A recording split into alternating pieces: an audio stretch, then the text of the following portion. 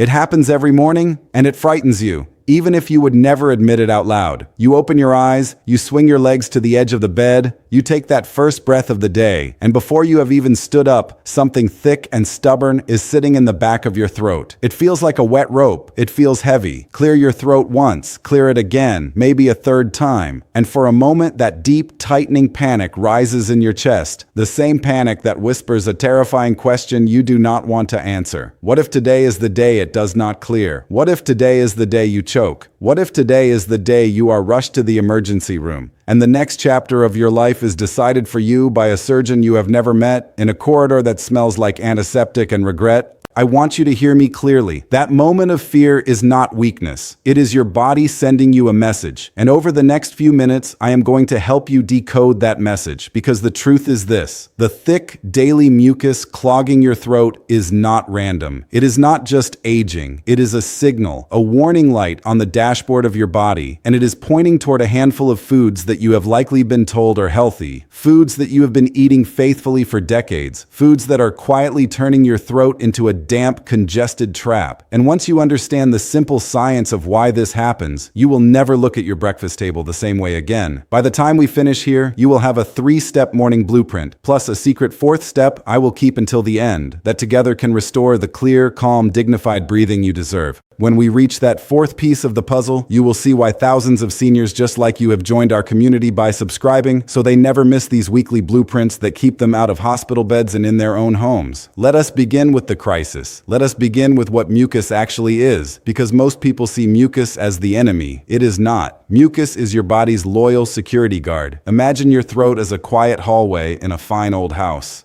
The walls of that hallway are lined with millions of tiny, delicate cells, and each one of those cells acts like a security guard standing beside a velvet rope. Their job is to trap dust, bacteria, viruses, and irritants before they reach your lungs. To do that job properly, they produce a thin, slippery gel, a coating that catches the bad guys and sweeps them out before they can do harm. This is healthy mucus. It is thin, mostly invisible, and you swallow it without thinking. That is the goal. That is the design. Now let us walk through the front door of what happens when the system breaks down. As we cross into our 60s and 70s, the cells that line that hallway slow their production of water. They become a little dehydrated. The gel they produce thickens. It goes from being a thin, slippery film to being a heavy, sticky paste. Add to that the natural reduction in the tiny hair-like cilia, those microscopic brooms that sweep the hallway clean, and you have a recipe for a traffic jam. The debris gets stuck. The paste gets thicker. The security guards are still trying to do their job, but they are doing it with broken brooms and dried-out paint. This is the moment, right in the middle of the night while you sleep, when that thick, stubborn mass collects at the back of your throat. This is the moment you wake up afraid. But this is only half the story, because if aging alone were the cause, every senior on Earth would have the same problem. They do not. And that means there is a hidden cause. There is something in your daily routine that is feeding this problem, and the most likely suspects are sitting in your refrigerator right now. Let me ask you a careful question.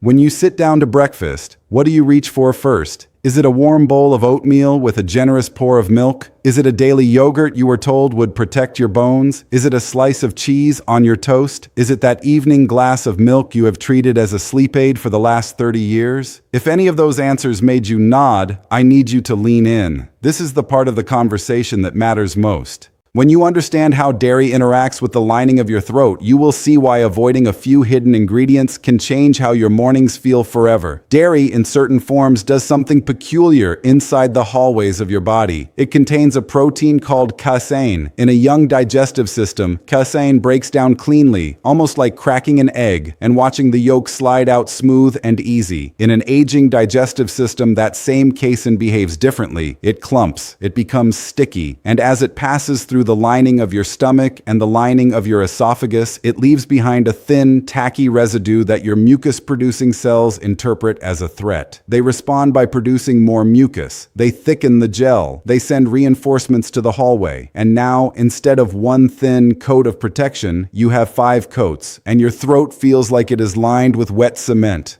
This is not a theory I invented in a quiet office. This is the simple science of how a slower digestive system interacts with a heavy protein. Our bodies change as we cross into our 60s. Our stomach acid becomes less aggressive. Our enzymes become less efficient. The plumbing, if we picture the colon as the plumbing of an old house, has narrower pipes and slower flow. So foods that once slid through cleanly now linger. And as they linger, they trigger reactions we were never designed to have at this stage of life. Now I have to share the dangerous mistake, because this is the part where well-meaning doctors and well-meaning family members have been giving the wrong advice for decades. The mistake is this: when the mucus shows up, the natural response is to reach for an over-the-counter expectorant, or worse, an over-the-counter antihistamine. Day after day, month after month, year after year. The box says it will dry up your mucus. The advertisement shows a smiling senior breathing freely again, and for a few hours, it appears to work. The throat feels clearer. You stop clearing your throat in public. You feel briefly that the problem has been solved. But let me explain what is happening inside that hallway. When you take a drying medication, you are not fixing the security system. You are silencing the guards. You are drying out the very gel they need to do their jobs. You are telling those hardworking cells to stop producing the protective coating, but you are not removing the irritant that caused them to ramp up production in the first place. So a few hours later, when the medication wears off, the body panics. It produces thicker, stickier mucus than ever before. You take another pill. The cycle continues. You are not treating the cause, you are dampening the alarm while the house is still on fire. And there is something even more dangerous that I must address directly. Some of you, in your quiet, private moments of desperation, have considered taking muscle relaxants or nerve-calming medications that were prescribed for entirely different reasons, hoping they might slow the spasms in your throat. I understand the temptation, I understand the fear, but I am asking you, as a professional who has watched this pattern unfold for 2 decades, do not repurpose a medication without your doctor's voice in the room. There is a better path, and it begins tomorrow morning. Let us now move into the step-by-step home solution, and I want you to picture this as a calm, steady morning, not a rushed scramble. The first step is what I call the warm water flush. Before your feet touch the floor, before you brush your teeth, before you put on your slippers, walk to the kitchen and drink 1 full glass of warm water, not hot, not cold, warm. The temperature should be comfortable enough that you could sip it slowly like a thin tea. As the water passes down your throat, it does something remarkable. It loosens the thick paste that has been clinging to the walls of your hallway all night. It rehydrates the cells. It coaxes the cilia, those tiny brooms, back into motion. For many of you, within minutes of finishing that glass, you will feel a thin trickle of loosened mucus slide down naturally, gently, without effort, without panic. You will not need to strain. You will not need to cough. It will simply move. This is your body remembering how to heal itself.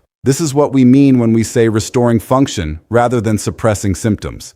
The second step is the most emotionally freeing, because it is the moment you take back control of your kitchen. For the next 14 days, I want you to eliminate 4 specific foods from your daily routine. They are whole milk because of that sticky casein we discussed. They are soft cheeses, including the cream cheese on your morning bagel and the processed cheese slices in your sandwich at lunch. They are flavored yogurt, the kind with sugar and fruit on the bottom, because the dairy base still triggers the same thick response. And they are ice cream, that quiet nightly companion that promises comfort but delivers congestion. You do not have to give these foods up forever. You simply have to give your body a calm, uninterrupted window to rebuild its normal rhythm. After 14 days, you can reintroduce 1 food at a time and pay close attention. Notice how your throat feels the next morning. You, and only you, will become the scientist of your own body. That is the dignity I want for you. The third step is the breathing reset, and this one takes less than 4 minutes. Sit upright in a sturdy chair. Place 1 hand gently on your chest and the other on your belly. Breathe in slowly through your nose for a count of 4, feeling your belly rise more than your chest. Hold for a count of 2. Then breathe out slowly through pursed lips for a count of 6. Repeat this cycle 10 times. I want you to understand what is happening inside your body as you do this. You are retraining the muscles around your airway. You are signaling to your nervous system that the hallway is safe. You are reducing the spasm that tightens your throat every time the mucus alarm rings. Over time, this reset becomes automatic. Your body will breathe more deeply, more calmly, and the mucus will thin in response, because calm breathing is the original medicine of every warm, well-loved house.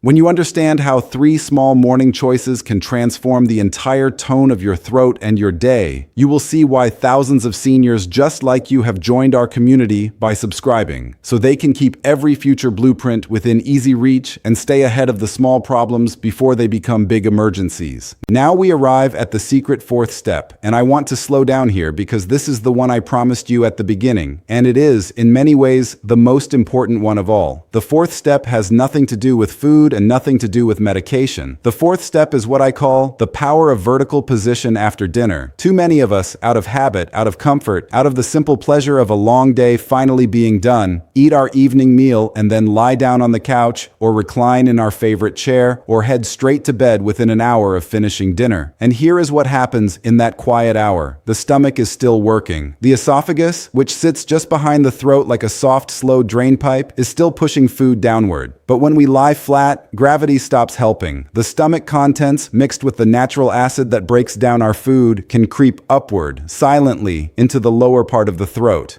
And the cells of the throat, those loyal security guards, do not know the difference between an invading virus and a splash of stomach acid. They respond exactly the same way. They thicken the mucus. They rally the defenses. They call in the reinforcements. That is why so many of you wake up not just with thick mucus, but with a sour taste, a slight burning, a heaviness in the chest. That is acid reflux working the night shift. So the 4th step is simple. After your evening meal, stay upright for at least 2 full hours. Sit in your chair, read your book, watch your show, tidy the kitchen, call your grandchild. But do not lie down. Let gravity do its quiet, faithful work. If you must rest your body because of fatigue or arthritis, prop yourself up at an angle of at least 30 degrees, using pillows or a wedge. Angle matters more than comfort in this one case, and the results will speak for themselves within days. This is the hidden warning I promised you. This is the domino that tipped over everything else. And now that you see it, you cannot unsee it. Let us now move into the long-term maintenance phase, because healing is not a single event. Healing is a rhythm. Healing is the quiet daily choice to treat your body as the house you intend to live in for many more years. The morning glass of warm water should become your opening ritual, the first conversation you have with yourself each day. The breathing reset should become your mid-morning pause, the 4 minutes you gift yourself between the newspaper and the first phone call. The avoidance of the 4 heavy mucus-triggering foods should become a thoughtful experiment, not a punishment, because the goal is not to feel deprived. The goal is to feel clear. The goal is to breathe easily in the company of others without clearing your throat. The goal is to sit through your granddaughter's recital without a single urgent, embarrassing cough. That is dignity. That is independence. That is the life we are protecting. I also want to address the deeper fear that lives underneath this conversation, the fear that too many of us carry but rarely speak about, the fear of becoming a burden, the fear of being the one who needs help, who needs to be checked on, who can no longer manage the simple private acts of daily life on our own. When mucus clogs your throat every morning, when the panic rises, when you cannot clear it no matter how hard you try, that fear tightens its grip. You begin to imagine the worst-case scenarios: the ambulance, the hospital gown, the hallway, the question, asked gently by a stranger, about whether you still live alone. I want you to know that every blueprint I share with you is designed, in some quiet, determined way, to push that future further away. We are not just clearing mucus. We are clearing the path that lets you stay home. We are keeping the bedroom door yours. We are keeping the kitchen yours. We are keeping the morning walk yours. That is what the CEO of their own health looks like, and that is the role I am inviting you into. Now, as we come to the close of this blueprint, let me summarize what we have built together, not as a list, but as a single flowing promise. We have learned that mucus is not the enemy, but a loyal guard, and that aging alone is not the cause of your symptoms. We have learned that a thick, sticky protein called casein, hiding inside everyday dairy products, is one of the quietest culprits in your kitchen. We have learned that drying medications silence the alarm but do not stop the fire. We have learned that warm water, strategic food choices, slow breathing, and 2 upright hours after dinner can transform the tone of your mornings forever. And we have learned that the body responds to calm, to rhythm, to kindness, and to the steady hand of a person who has decided today to be the leader of their own health. You do not need to implement all 4 steps perfectly tomorrow. You only need to begin. Begin with the warm water. Tomorrow morning, let that be your first act of leadership. Then over the next few days, add the breathing. Then, over the next 2 weeks, remove the heavy foods. And tonight, after dinner, stay upright. Pay attention to how your throat feels in the morning. Notice the difference. Trust that difference. And if this blueprint spoke to something in you, if you felt seen, if you felt a quiet relief settle into your chest, then I would invite you to subscribe and join the thousands of seniors who have made this community a part of their weekly rhythm.